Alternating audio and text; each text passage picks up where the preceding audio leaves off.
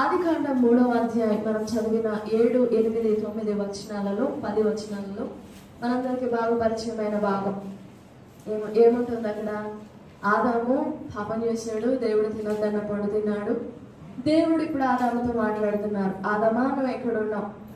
చల్లపూట ప్రతిరోజు దేవునికి ఆదాము హవ్వలకి వాడుక ఏంటంటే ప్రతి చల్లపూట దేవుడు పరలోకం నుండి వచ్చి వీరిద్దరితో మాట్లాడుతూ ఉండేవారు, ఆదాముతో హవ్వతో. ఏమని మాట్లాడారో తెలియదు, బైబిల్ ఆ మాటలు రికార్డ్ అవ్వలేదు.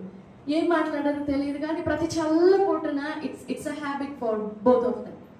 And it's a habitual fellowship, and we can say that it was the close and intimate relation before the fall of mankind.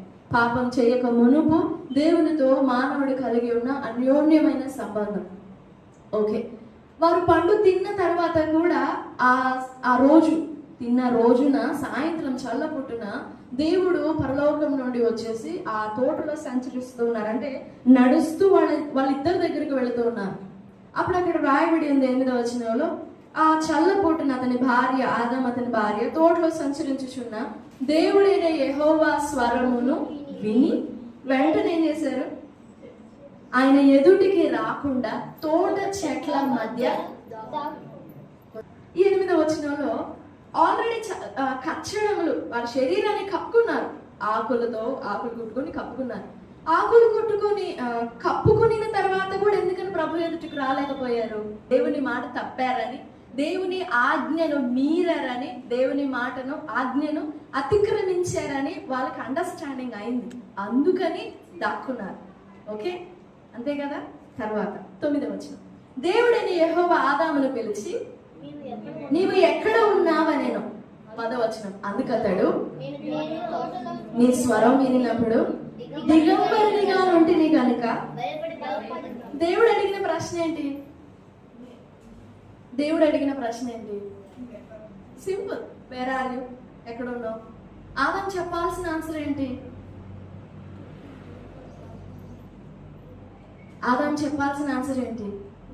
నువ్వు ఎక్కడున్నావు అంటే దేవుడు ఆదాముని కనుగొనలేడా? ఏ చెట్టు తొర్రలో ఉన్నాడు, ఏ ఆకు వెనుక ఉన్నాడు, కనుగొనలేడా? ఆ మాత్రం దేవునికి కనపడదా? కనపడుతుంది, కనుగొనగలడు, గ్రహించగలడు. మాటను మన నోటికి రాకమునిపే, ఒక తలంపు మన హృదయంలో పుట్టక మునిపే దాని పుట్టుపూర్వోత్తరాలన్నీ ఎరిగిన వాడు ఆయన. మరి ఇప్పుడు ఎందుకు అడుగుతున్నారు నువ్వు ఎక్కడున్నావని? నోటి నుంచి ఒప్పించాలి. మరి ఇప్పుడు ఆదాం ఏం చెప్తున్నాడు?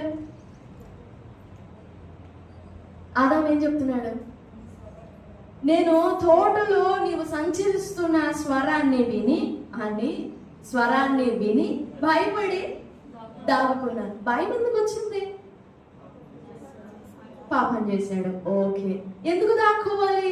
ఆదికాండం 2వ అధ్యాయం చివరి వచనం 25వ వచనం, వారిద్దరు దిగంబరులు, అప్పటికేం లేవు వచనాలు, కానీ వారికి సిగ్గు, ఆ కాన్షియస్ లేదు, ఆ స్పృహ లేదమ్మో నాకు వస్త్రం లేదు అనే స్పృహ లేదు.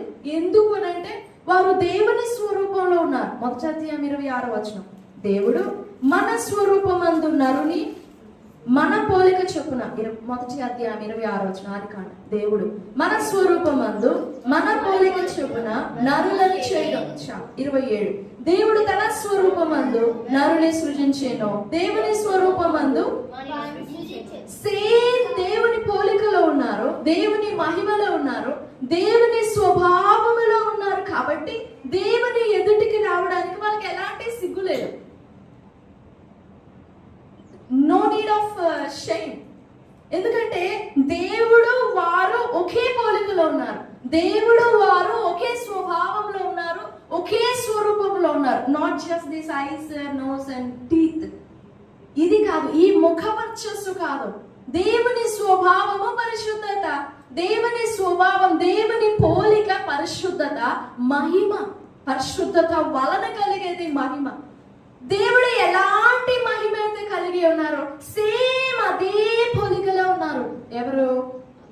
ఆదాము హవ్వలు. అందుకని దేవుని ఎదుటికి రావడానికి వారికి ఎలాంటి అభ్యంతరం లేదు. సిగ్గుపడాల్సిన అవసరం లేదు, బాధపడాల్సిన అవసరం లేదు, భయపడాల్సిన అవసరం లేదు. ప్రతి చల్లపూటన దేవుడు వచ్చి వాళ్ళతో మాట్లాడేవారు. భుజం మీద చేసి హలో హాయ్ అన్నారు. చేతిలో చేయబెట్టుకుని, అమ్మా ఎలాగున్నావమ్మా, ఈ తోట అంతా బాగా నచ్చిందా నీకు? నీకు నచ్చిన కాయగూరలే ఉన్నాయా? నీకు నచ్చిన పూలు ఉన్నాయా? ఏమో ఆ తోటలో ఇంకేం మాటలు ఉంటాయి. భూమి అంతటి మీద అధికారం ఇచ్చేశారు. భూమిని ఏలండి, నిండించండి, అభివృద్ధి పొందండి, విస్తరించండి, మీ చేతి క్రింద లోపరుచుకోండి, అన్ని అయిపోయినాయి. ఇంకేం మాటలు ఉంటాయి దేవునికి ఆదామవలికి మధ్య? మా చక్కగా బాగున్నారా, బాగా తిన్నారా, ఈరోజు ఏం కాయలు తిన్నారు, నిద్రపోయారా, ఏం తిన్నారు, మరి ఏమో తెలియదు. ఏం మాట్లాడుకునే వారి మధ్యలో దేవుడు వారితో మాట్లాడగలిగారు, వారు దేవునితో మాట్లాడారు. ఇద్దరు ముచ్చటించాలంటే ఇద్దరు మాట్లాడాలిగా.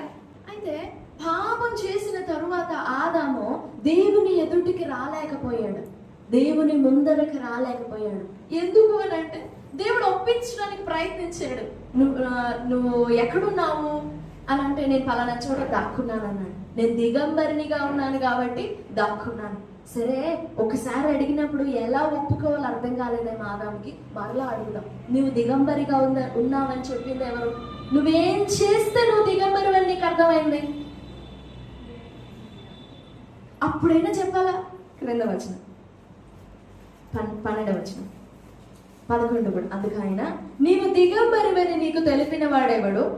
నీవు తినకూడదని నేను నీకు ఆజ్ఞాపించిన వృక్ష ఫలములు తింటివా అని అడిగి 12. అప్పుడు ఆదాము ఏం చెప్పాలి? అయ్యా, బుద్ధి లేక గర్వంగా ప్రవర్తించి తిన్నాను. ఏం పోయింది? కానీ అలా ఒప్పుకోవాలి అనే అండర్స్టాండింగ్ లేదు ఆదాములో. ఒప్పుకోవాలి, ఇది నేను చేసిన తప్పు అని అసలు తన తప్పిదాన్ని గుర్తుపట్టలేదు ఆదాము. He doesn't know what is sin. మనమేమో ఆదాం పాపం చేశాడు అంటున్నాం. ఆదాంకి అసలు పాపం చేసినట్టే తెలీదు. నువ్వు దిగంబరిగా ఉన్నావని నీకెవరు చెప్పారు అంటే, చెప్పాలా ప్రభువా, నువ్వేమో తినొద్దన్నావు, తిన్నట్లయితే మేము చస్తామని చెప్పావు, కానీ మేమేమో తిన్నాము. మేము ఆ తినగానే ఏంటో మా వస్త్రాలన్నీ పోయినాయి. జరిగింది ఎగ్జాక్ట్ గా చెప్పుకుంటే ఎలా ఉండేది? 12వ వచనం. అందుకు ఆదాము, నాతో నుండుటకు నీవు నాకు ఇచ్చిన ఈ స్త్రీ, అప్పటి వరకు ఆమె భార్య, ఇప్పుడేమో ఈ స్త్రీయే ఆ వృక్ష ఫలములు కొన్ని నాకు ఇయ్యగా నేను తింది. సరే, ఈ ఆదాం ఎలా ఒప్పుకోవట్లేదని స్త్రీ దగ్గరికి వెళ్ళి 13వ వచనం. అప్పుడు దేవుడని యెహోవా స్త్రీతో, నీవు చేసినది ఏమిటి అని అడగగా, ఆమెనే ఎక్స్ప్లెయిన్ చేయాలిగా. అసలు రెస్పాన్సిబిలిటీ ఆమెదేగా. ఈమె కదా అసలు మొత్తం చేసింది. ఈమె చెప్పాలా? నువ్వు నాకు ఇచ్చిన ఈ స్త్రీయే నాకు ఈ పండ్లు ఇచ్చింది, నేను తిన్నాను అన్నాడు ఆదాము. నువ్వు చేసిన పని ఏంటి అని స్త్రీని అడిగినప్పుడు ఈమెం చెప్పాలి? అయ్యా, ఏమో అర్థం కాక ఆశ పుట్టి, ఆశ కలిగింది, తట్టుకోలేక, దాన్ని జయించలేక తినేశాను. నువ్వు అన్నమాట నేను మీరేనయ్యానంటే ఎలా ఉండేది? కానీ ఆమె అలాగనలేదు. నేను చేసినది ఏమిటి అని అడగగా స్త్రీ, సర్పం నన్ను మోసపుచ్చినందున. ఇప్పుడు ఎవరిని అడగాలి? దేవుడు సర్పాన్ని అడగాల? దేవుడు అపవాదం ఎందుకు అడుగుతాడు? నువ్వెందుకు నా బిడ్డను ప్రేరేపించావు పాపం చేయడానికి? నువ్వెందుకు నా బిడ్డను మోసం చేశావు అంటే, దేవునికి వారి మీద సింపతి కలిగేటట్లు చేశారు వాళ్ళిద్దరు కలిసి. చూడండి, ఒక తప్పిదం విషయంలో పశ్చాత్తాపడడానికి ఎన్ని దొంగదారులో చూడండి, ఎన్ని దొంగ రూట్స్ చూడండి. ఒక్కసారి నోడు తెలిసి తప్పు అయిపోయింది, నాది తప్పు అంటే ఒప్పుకుంటే ఏమవుతుంది? దేవుడే కదా, తండ్రే కదా, ప్రేమించువాడే కదా. ప్రభువా, మీరు ఇలా చెప్పారు తినొద్దని, నేను ఇలా చేశాను, తిన్నాను, నాది తప్పైపోయింది. ఆ ఒక్క మాట పలకలేక, ఇప్పుడు మనం కూడా దేవుని దగ్గర మన దోషం ఒప్పుకునేటప్పుడు ఏదైనా అబద్ధం ఆడామనుకోండి, ఏదైనా వాక్యాన్ని మీరే వ్యతిరేకంగా ప్రవర్తించామనుకోండి, వెంటనే మనం ఏం మాట్లాడతాం దేవుని దగ్గర? దేవా, నేను ఈ పాపం చేసినా కానీ నన్ను క్షమించడానికి నువ్వు కృప చూపుతున్నందుకు వందనాలు. But we don't dare to plead కదా. నన్ను క్షమిస్తున్నందుకు వందనాలు అంటాం కానీ నన్ను క్షమించవా? ఆ రెండు మాటలకు ఏమైనా తేడా కనపడుతుందా మీకు? కనపడుతుందా? నన్ను క్షమిస్తున్నందుకు వందనాలు, నన్ను క్షమించవా? ఏది ప్లీడ్? బ్రతికులాడడం. నన్ను క్షమించవా? I'm in need of forgiveness. నేను క్షమించబడాలి. So please forgive me. నేను తప్పు చేశాను, నన్ను క్షమించండి. నన్ను క్షమించవా? అలా కాకుండా నేను తప్పు చేశాను, నన్ను క్షమిస్తున్నందుకు వందనాలు అని అంటే ఇక ప్లీడింగ్ నీడ్ అంతా దేవుని మీదకి వదిలేసినట్టు. ఈ ఆదాము ఎందుకు ఒప్పుకోలేకపోయాడు? తన తప్పిదాన్ని, తన పాపాన్ని ఆదాము ఎందుకు గ్రహించలేకపోయాడు? ఎందుకు పశ్చాత్తాపడలేకపోయాడు? బికాస్ ఆదాము నేను దిగంబరిని, పదవచనం, నేను దిగంబరినిగా ఉంటేని కనుక భయపడి దాగుకున్నాను. అంతేగాని నీ ఎదుట నేను పాపం చేసినందుకు కాదు. ఆ మాట క్లియర్ గా చూడండి. నేను దిగంబరినిగా ఉన్నాను కాబట్టి భయపడి దాక్కున్నాను. నా సిగ్గు, నా దిగంబరత్వం నీకు కనబడుతుందేమోనని. అంతేగాని నీ దృష్టికి నేను పాపం చేశానని కాదు. నీ హృదయాన్ని నేను గాయపరిచానని కాదు. నీ హృదయం గాయపడితే, నీ హృదయం బాధపడితే నాకేంటి? అలానే కనపడుతుంది ఆదాము మాటలు చూస్తే. అక్కడ పశ్చాత్తాపం కనపడలేదు 3వ అధ్యాయంలో. ఆదికాండం 3వ అధ్యాయంలో there is no repentance and there is no pleading. ఆదాముకి పశ్చాత్తాపడడం తెలియదు. తన అతిక్రమముని గురించి ఒప్పుకొనడం తెలియదు. ఎందుకనంటే అసలు తన తప్పిదం ఏంటో తెలియదు ఆదాముకి. అది రుచి చూస్తే కదా, అది గ్రహించి ఉంటే కదా దేవుని ఎదుట నిలబడి మోకరిల్లి ఏదైనా తోటలో నుండి వెళ్ళగొట్టేటప్పుడు బయట ఇంకేం తెలుసు ఆదాముకి? ఈ ఒక్క ఏదైనా తోటలోనే కదా జీవితం గడుపుతా ఉన్నారు. బయట ఏదైనా బయట ఏమన్నా తెలుసా?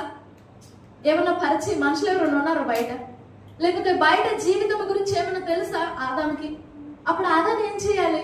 నాకు ఇది తప్ప వేరే దిక్కు లేదయ్యా, నన్ను ఇక్కడి నుంచి తోలివేయొద్దు, నన్ను త్రోసివేయొద్దు, నన్ను వెళ్ళగొట్టొద్దు, దయచేసి నన్ను వెళ్ళగొట్టొద్దు, నా మీద కనికరపడు, నా మీద కృప చూపని బ్రతిమలాడాలా?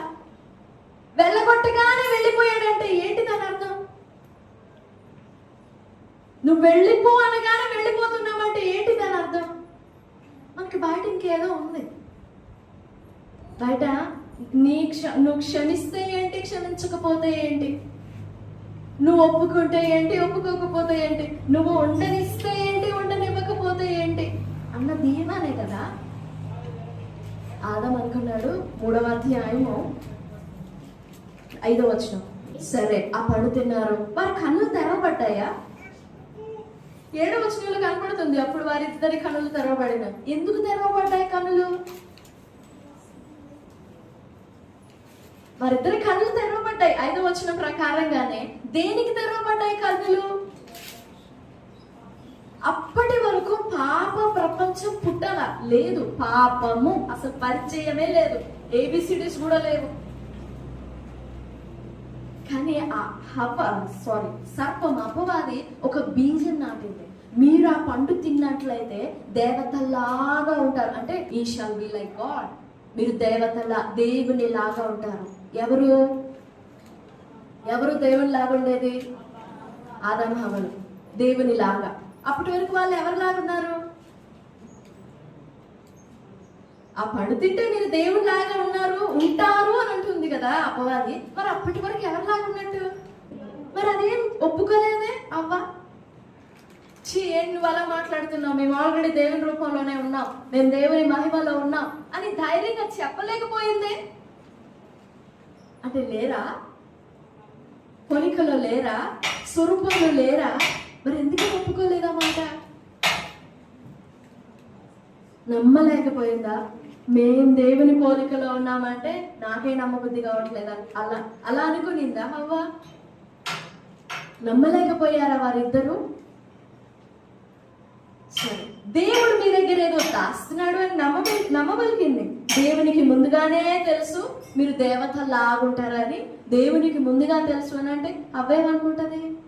అమ్మో ఏదో దాచిపెడుతున్నాడు దేవుడు మా దగ్గర. అంటే ఈ ఏదైనా తోటకు బయట ఏదో కొత్త ప్రపంచం ఉంది. మమ్మల్ని చట్రంలో పెట్టి బంధించేసి బావిలో కప్పల్లాగా మమ్మల్ని ఇక్కడెక్కడే తిప్పుతున్నాడు కానీ మమ్మల్ని బయటికి తీసుకోవట్లేదు.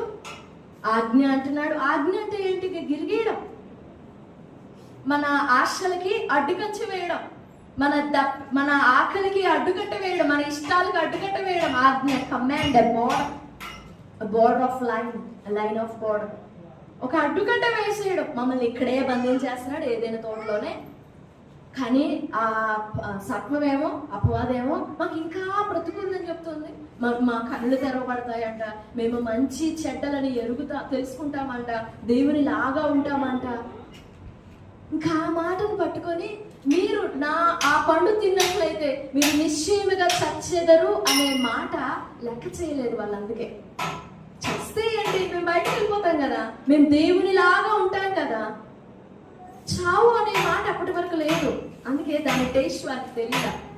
ఇప్పుడు మనకు తెలుసు చనిపోవడం అంటే ఊపిరి ఆగిపోతుంది అని, అప్పుడు వాళ్ళకి తెలియదుగా. మరణము అంటే డివిజన్, సెపరేషన్, దేవునికి మనిషికి వేర్పాటు, ఎడము. దేవుడు చెప్పాడు, మీరు ఆ పండు తిను దినమున నా నుండి మీరు వేరైపోతారు. మీరు ఆ పండు తిను దినమున నా నుండి వేరైపోతారు, నా నుండి మీరు దూరం అవుతారు అని అంటే, అయితే ఏంటి? నీ నుండి దూరం అయిపోతే ఏంటి? నీలాగున్నాంగా, మంచి చెడ్డలను వివేచించే జ్ఞానం కలుగుతుందిగా, నీతో మాకేంటి సంబంధం? ఎంత గర్వపు మనసు వచ్చిందో చూడండి. వెళ్ళగొట్టగానే బయటకు వచ్చేసారంటే అదే దాని మీనింగ్. నువ్వు కాకపోతే ఇంకొకరు ఉన్నారు, నువ్వేనా ఏంటి? సరే, ఆదాము ఎందుకు ఒప్పుకోలేకపోయాడు అని ఆదాము మనస్సును, ఆదాము హృదయాన్ని మనం బాగుగా ఆలోచన చేసే, ధ్యానం చేసే మనకి అర్థమయ్యే మాట ఏంటంటే, అసలు ఆదాము పాపాన్ని గుర్తించాల. అందుకే హృదయపు లోతుల్లో నుండి ఒప్పుకొని రాలేదు. హృదయపు లోతులో నుండి దేవుని పాదాలు పట్టుకొని బ్రతిమలాడాలి. దేవుని పాదాలు ఇప్పుడు మన దగ్గర ఆయన లేరు, ఒక పర్సన్ గా, ఒక వ్యక్తిగా లేరు కాబట్టి పట్టుకోలేరు. అవునా? ఒకవేళ ఇప్పుడు ఆయన మన మధ్యలో ఒక పర్సన్, ఒక వ్యక్తి లాగా ఉంటే వదిలిపెడతామా?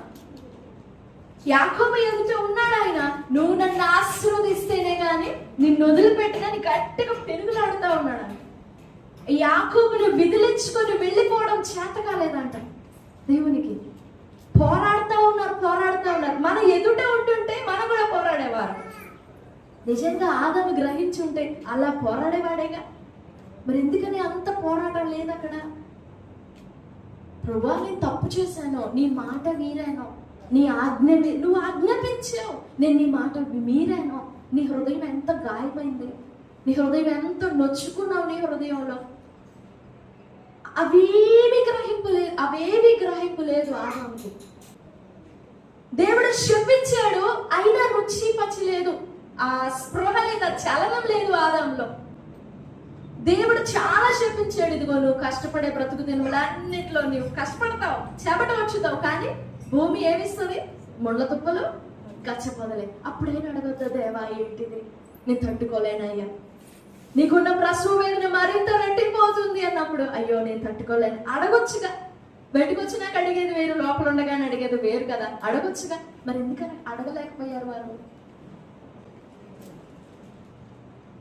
పాపం విషయంలో పశ్చాత్తాపం ఎప్పుడు కలుగుతుందంటే, నిజమైన పశ్చాత్తాపము, హృదయం లోపల నుండి వచ్చే పశ్చాత్తాపం ఎప్పుడు కలుగుతుంది అని అంటే, ఒక పలానా పాపము సిలువ వేయబడిన ప్రభుని ఎంత గాయపరిచిందో ఆ బాధ, ఆ పెయిన్ టేస్ట్ చేసినప్పుడు వస్తుంది. ఊరికే ప్రభువా నువ్వు నా కోసం చనిపోయావనంటే ఏడుపు వస్తుంది. యేసు ప్రభువారు సిలువ వేయబడుతున్నప్పుడు ఆయన చేతులలో, ఆయన పాదములలో, ఆయన తల, ఆయన దేహము ఎంత చీల్చబడిందో, ఆ దేహానికి కలిగిన బాధ మనకు తెలుసా? మనం ఎప్పుడైనా రుచించామా ఆ బాధని? మీరు చూసారా? కానీ ఈ మధ్యాహ్నకాల సమయంలో దేవుని బిడ్డలారా, యేసు ప్రభువారి సిలువ బాధ, సిలువ వేదన మనం గ్రహించాలంటే, గ్రహించినప్పుడే అసలు పాపము ఎంత ఘోరమైనదో, దాని వలన కలిగే శిక్ష ఎంత భారమైనదో అర్థమవుతుంది. ఇప్పుడు యేసు ప్రభువారు తన రక్తం మన కొరకు చిందించారా? ఇదిగో మీ కొరకు చిందింపబడుతున్న క్రొత్త నిబంధన వలననైనా నా రక్తం. ఆ రక్తం ఇచ్చారా? మీకుందా ఆ రక్తం? మీలో ఉందా ఆ రక్తం? యేసు ప్రభు వారి రక్తం ఉందా మీలో? విశ్వాసం ద్వారా యేసు ప్రభు వారి రక్తాన్ని మీరు కలిగి ఉన్నారా?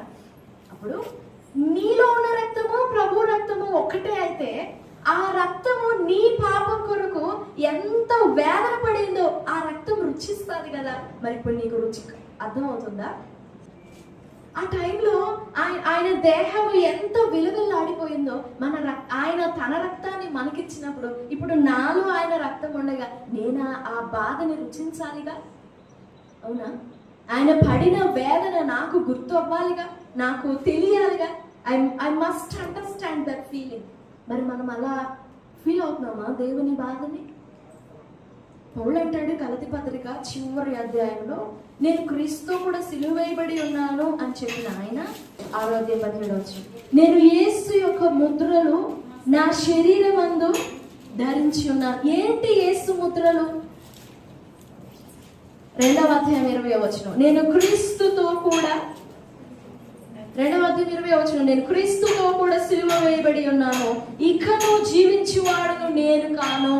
అందుకే నాకు ముద్రలు వచ్చినాయి. 6వ అధ్యాయము 17వ వచనంలో, నేను సిలువ వేయబడ్డాను కదా, నా చేతులు, నా శరీరము, నా వీపు, నా ప్రకటెముకలు, నా తల, నా ఆలోచనలు, నా క్రియలు, నేను సిలువ వేయబడి ఉన్నాను కదా, నేను క్రీస్తుతో కూడా మరణించాను కదా, ఇదిగో నా గాయాలు. హెబ్రీ పత్రికలో పౌలు ఇంకొక మాట అంటారు 12వ అధ్యాయం 4వ వచనం, పలానా అబద్ధాన్ని దేవుని ఎదుట విడిచిపెట్టేటప్పుడు, పలానా లోకాశని దేవుని ఎదుట విడిచిపెట్టేటప్పుడు, దేవుని ఎదుట ఒప్పుకునేటప్పుడు ఎంత రక్తం కారుతుంది? కారుతుందా? ప్రభు ఏమో సమస్త మానవాళి దోషాన్ని ఆయన మీద మోసి ఆయన శరీరం అంతా చిత్రహింసలకు గురైంది. కానీ మన శరీరం కొంచెం కూడా నలగదే. ఆయన పొందిన శిక్ష ఏమో నీది నాది. నా దోషం ఆయన మీద పడగా ఆయన దేహం అంత గాయపరచబడినప్పుడు మరి నా దోషానికి నేనెంత గాయపరచబడాలి? నీ దోషానికి నువ్వెంత గాయపరచబడాలి? నీ అపవిత్రత కొరకు, నీ అపరాధం కొరకు, నీ దోషం కొరకు, నీ అవిధేయత కొరకు, నీ అవిశ్వాసం కొరకు నువ్వెంత గాయపరచబడాలి? ఓకే, దేవుని మాట విననప్పుడు, దేవుని మాటను మీరినప్పుడు దేవుని హృదయం ఎంత పగిలిపోతుందో ఆ బాధ తెలుసా? ఆ బాధ తెలుసా మనకి? గుండెలు పగిలిపోయేంత బాధ ఉంది నాలో. నా బాధ ఎవరికి తెలుసు అని అంటాం కదా. మరి మనం దేవుని మాట మీరేటప్పుడు, మనం దేవుణ్ణి కాక ఇతరులను, మనకి మనుషులను, శరీరాలను మనకు ఆధారంగా చేసుకొని, శరీరాలను దేవునిగా చేసుకొని, దేవునికి వ్యతిరేకంగా మనం తలంచినప్పుడు, మాట్లాడినప్పుడు, ప్రవర్తించినప్పుడు ఆయన గుండె ఎంత బద్దలైపోతుందో. ఆ బాధ, ఆ టేస్ట్ మనకి తెలుసా? సేమ్ ఆయన స్వరూపం మనకిచ్చారు, ఆయన పోలిక మనకిచ్చారు, ఆయన మహిమ మనకిచ్చారు. దేహమంతా ఆయనది, శరీరం ఎవరిది? దేవుని ఆత్మ మనల్ని సృజించారు. ఈ శరీరం అంతా ఆయన రూపించిన దేహము, ఆయన నిర్మించిన దేహము. మరి ఈ దేహము ఏదైనా తోటలో, ఈ దేహము దేవుని మాట మీరినప్పుడు ఆయన దేహం, ఆయన శరీరం, ఆయన ఆత్మ, ఆయన హృదయం ఎంత విలవిల్లాడిపోయిందో ఒక్కసారి ఊహించండి, ఒకసారి ఆలోచన చేయండి. ఎంత ఇష్టపడి చేస్తున్నాడు దేవుడు మన స్వరూపంలో చేసుకుందాం. ఎంత ఆశగా ఆ స్వరూపంలో చేయబడిన మనిషి కొంచెం కూడా స్పృహ లేకుండా తినేశాడు పండు. పండు తినడం పాపమైందా లేక ఆ పండే పాపమా? పండులేమన్నా విషయం ఉందా లేక ఆ పండు తినడం పాపమైందా? తినాలని ఆ ఆలోచన కలగడమే పాపం అయిపోయింది. ఇప్పుడు దేవుడు వారు విడదీయరాని బంధంలో ఉన్నారు. ఆదాము హవ్వలు, దేవుడు ఆదాము హవ్వలు విడదీయరాని బంధం, ఒకే పోలిక, ఒకే స్వరూపం, ఒకే మాట, ఒకే ఆలోచన. అప్పటి వరకు పాపం లేనంత వరకు. కానీ ఎప్పుడైతే పాపం వచ్చిందో దేవుని హృదయం నుండి చీల్ చేసుకున్నారు వారి హృదయాన్ని. దేవుని మనస్సు నుండి విడిపోయారు వారు. దేవుని గుండె నుండి చీల్ చేసుకున్నారు తమను తాము, మేము ఉండలేము నీతో అని. అప్పుడు ఎంత గాయమై ఉంటుంది దేవుని మనస్సు. నిజంగా నువ్వు దేవుని మాట మీరేటప్పుడు కూడా, నువ్వు దేవుని మాట చదవనప్పుడు కూడా, నువ్వు దేవునిని ప్రేమించినప్పుడు కూడా, తన పోలికలు నిన్ను చేసుకున్న ప్రభు నీ కొరకు ఎంత దుఃఖపడతారో, నీ కొరకు ఎంత వేదన పడతారో, ఆ బాధ, ఆ టేస్ట్ మనకి తెలియాలి. ఆ నొప్పి మనకి తెలియాలి. ఆ నొప్పి తెలియనంత వరకు పశ్చాత్తాపం పుట్టదు. దావీదు ఏదో మాట్లాడుతా, ప్రార్థన చేస్తూ స్తుతిస్తా ఉన్నాడు. నన్ను క్షమించు, నా పాపం నీ ఎదుటే ఉంది కదా, నా పాపాలు నువ్వు కరుణించు, కరుణగల వాడివై నీ గొప్ప వాత్సల్యంతో నన్ను కరుణించు అంటూనే ఉన్నాడు. కానీ నాతాను వచ్చేసి పలానా గొర్రెని ఒక బీదవాడిని మాదిరి చూపించి ఆ గొర్రె పిల్లని చంపి తింటున్నాడు అని తన పోలికని ఎత్తి మాట్లాడేంత వరకు దావీదుకు బలు వెలగల. వాళ్ళెవరోలే తన దగ్గరకు వచ్చేంత వరకు తన బాధ తనకు అర్థం కాల. దేవుణ్ణి తను ఎంత ఆయాస పెట్టాడో. నిజంగా మనం కళ్ళు మూసుకుని ప్రభు సిలువను ఆలోచించినప్పుడు నీ ఎదుట ప్రభు ఎలా సిలువ వేయబడినాడో నీకు ఆ దృశ్యం కనపడుతుందా? ఆయన దేహం ఎలా నలుగు కొట్టుబడిందో ఆ దృశ్యం కనపడుతుందా? మనకి కళ్ళు మూసుకుంటే లోకం కనపడుతుంది, కళ్ళు మూసుకుంటే మన జీవితం కనపడుతుంది. కళ్ళు మూసుకుంటే ఆయన సిలువ దృశ్యం, ఆయన సిలువ రూపం కనపడుతుందా? కారుచున్న ఆయన రక్తం కనపడుతుందా? ఆయన తల మీద ఉండిన మొండ్ల కిరీటం కనపడుతుందా? నీకోసమే కదా ప్రభు సిలువ వేయబడింది. మరి ఆ దృశ్యం చూడవా? ఒప్పుకుంటున్నావు, రైటే, నీ కోసం సిలువ వేయబడ్డాను ఒప్పుకుంటున్నావు, నిన్ను ప్రేమిస్తున్నాడని ఒప్పుకుంటున్నావు, నీ కొరకు చనిపోయాడని ఒప్పుకుంటున్నావు. కానీ నీ కోసం చనిపోయిన వాణ్ణి చూడటానికి ఇష్టపడట్లేదు. ఆ సిలువ దృశ్యం చూసిన తర్వాతనే బ్రతుకు స్టార్ట్ అవుతుంది. మరి ప్రభు సిలువ వేయబడిన దృశ్యాన్ని నీ కన్నులతో, నీ ఆంతర్య నేత్రాలతో నువ్వు చూసినప్పుడు లోకంలో నువ్వు దేన్ని చూసినా ప్రభు సిలువ వేయబడిన ఆ దేహమే కనపడతాను నీకు. అప్పుడు సాహసించి పాపం చేయలేవు. ఆ పాపానికి నీకు మధ్యలో ప్రభు సిలువ ఉంటుంది. పాపానికి నీకు మధ్యలో ఇక ఏది ప్రభు లేనప్పుడు ధైర్యంగా చేస్తావు. ప్లస్ అసలు అది పాపం అని కూడా గుర్తుపట్టదు.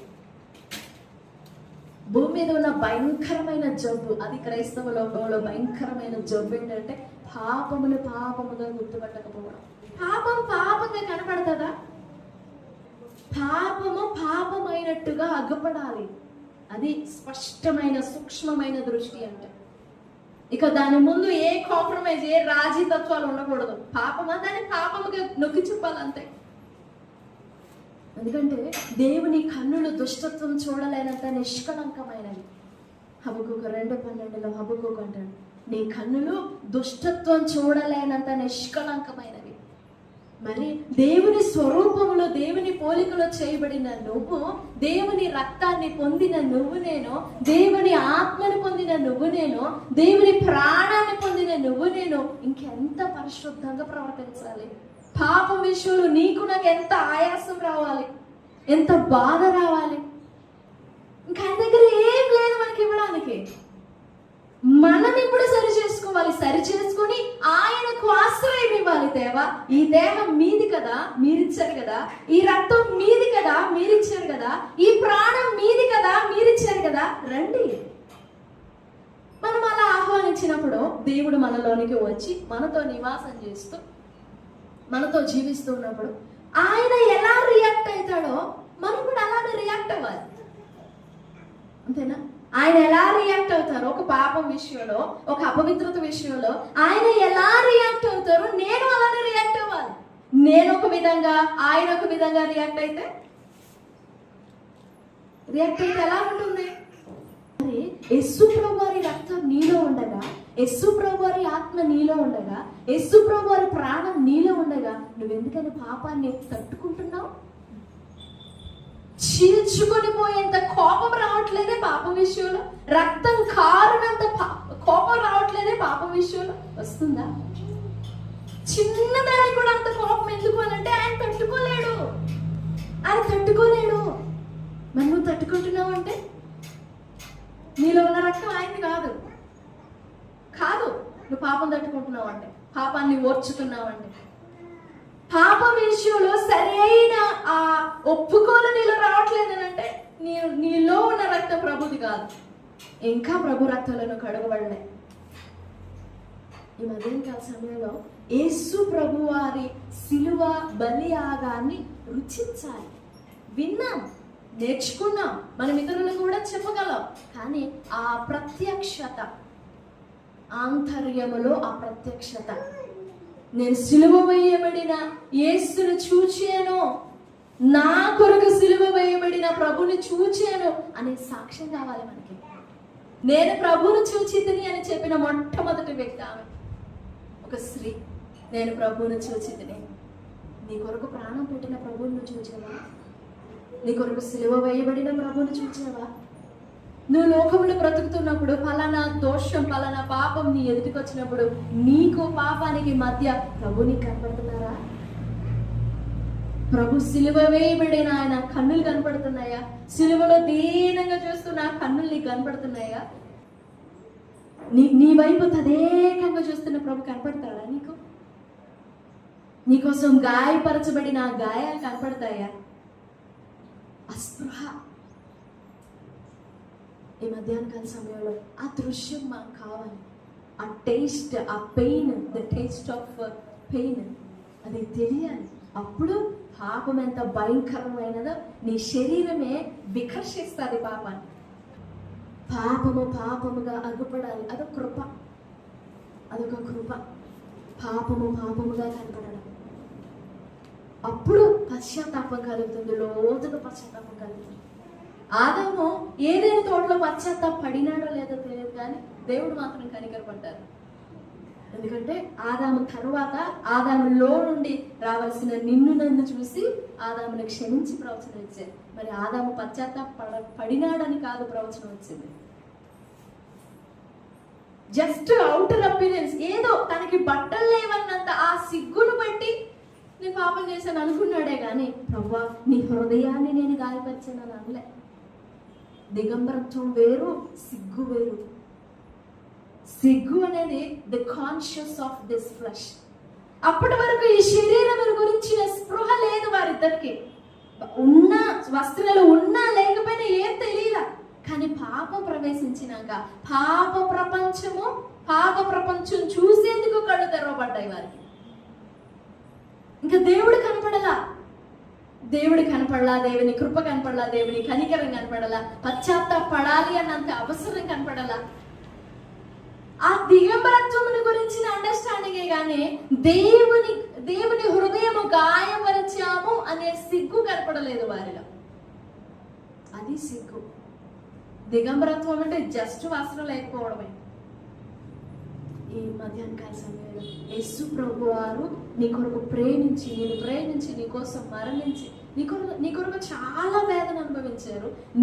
తనని నీ మీద వస్త్రముగా ధరింపచేయాలని. ఆదాము ఎలా దిగంబరు, నీవు నేను అలానే దిగంబరులం కదా యేసు ప్రభు వారు లేనంత వరకు. అవునా?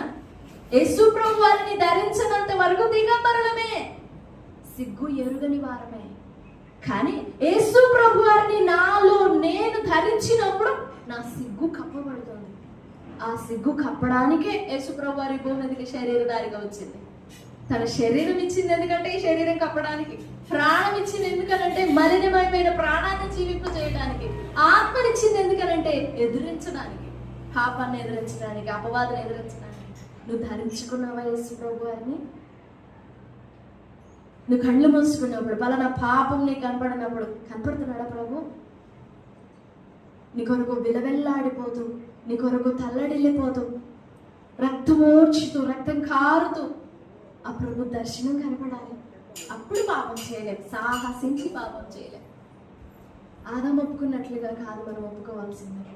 ప్రభు సన్నిధిలో యథార్థంగా ప్రభు ఈ పాపం నిన్ను గాయపరిచింది, ఇది నాలో ఈ ప్రేమ లేని స్వభావం, నాలో ఈ మంచితనం లేదు కదా, ఈ చెడ్డ స్వభావం నేను ఎంత గాయపరుస్తుందో నేను అది గ్రహించాలి, నేను అది రుచించాలి. నేను పాపం చేశానని రెండు మాటలు పలికేయడం కాదు, ఈ దేహము రుచి చూడాలి. నన్ను ఈ దేహము అనుభవించాలి ఆ బాధని, ప్రభు పట్ల ఆ బాధ అనుభవించాలి. అప్పుడు కలుగుతుంది పశ్చాత్తాపం. అప్పుడు అడుగుతాం దావీదులాగా, నన్ను త్రోసివేయద్దు, నన్ను త్రోసివేయద్దు, నన్ను త్రోసివేయద్దు, నన్ను వెళ్ళగొట్టద్దు. ఆ గ్రహింపు రానంత వరకు ఆదాం లాగానే వెళ్ళగొడితే వెళ్ళిపోతాం, చెప్పిస్తే ఓకే అని తాగించి ఒప్పుకుంటాం. కానీ దావీదులాగా గ్రహించి పశ్చాత్తాపడాలి. ప్రభు, నన్ను దాటిపోవద్దు, నన్ను విసర్జించొద్దు, నన్ను త్రోసివేయొద్దు, పాపముని గురించిన గ్రహింపు నాకు ఇవ్వండి, పాపముగా అగ్గుపడే కృప నాకు ఇవ్వండి, అలా నా నేత్రాలు కడగండి, అలా నా నేత్రాలు తెరవండి అని ప్రభు సన్నిధిలో అడుగుదాం. ప్రభు సహాయపడతారు. దేవుడి మాటలు మన వెనుకడిలో దీవించును గాక.